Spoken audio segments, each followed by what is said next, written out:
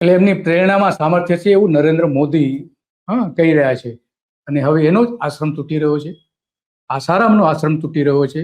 અને એટલા માટે પણ આ અત્યંત ગંભીર બાબત માનવામાં ભગવતે વાસુદેવાય વાસુદેવાય ઇષ્ટદેવાય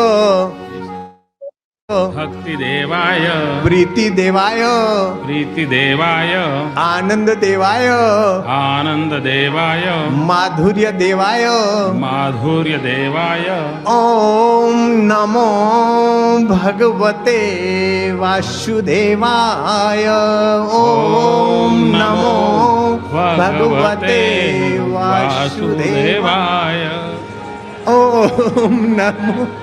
આ કેવું સંગમ છે. ધર્મ સત્તા રાજ સત્તા જયારે મળે ને તો પ્રજાનો બેડો પાર થઈ ગયો. સમજો, હું કેદું ન કેતો ભાઈ, કેદું ન કેતો, પણ હવે મને મારો શિવો મળ્યો. સમર્થ રામદાસ ના વચન. नारायण नारायण ताकत का दुरुपयोग करते हुए बापूजी को फंसवाया। एक छोटा सा मात्र हल है, उनको उनकी लोकसभा में हरवा दिया जाए। आप लिख लीजिए, 24 घंटे में बापूजी बाहर आ जाएंगे। किसी भी संसदीय क्षेत्र में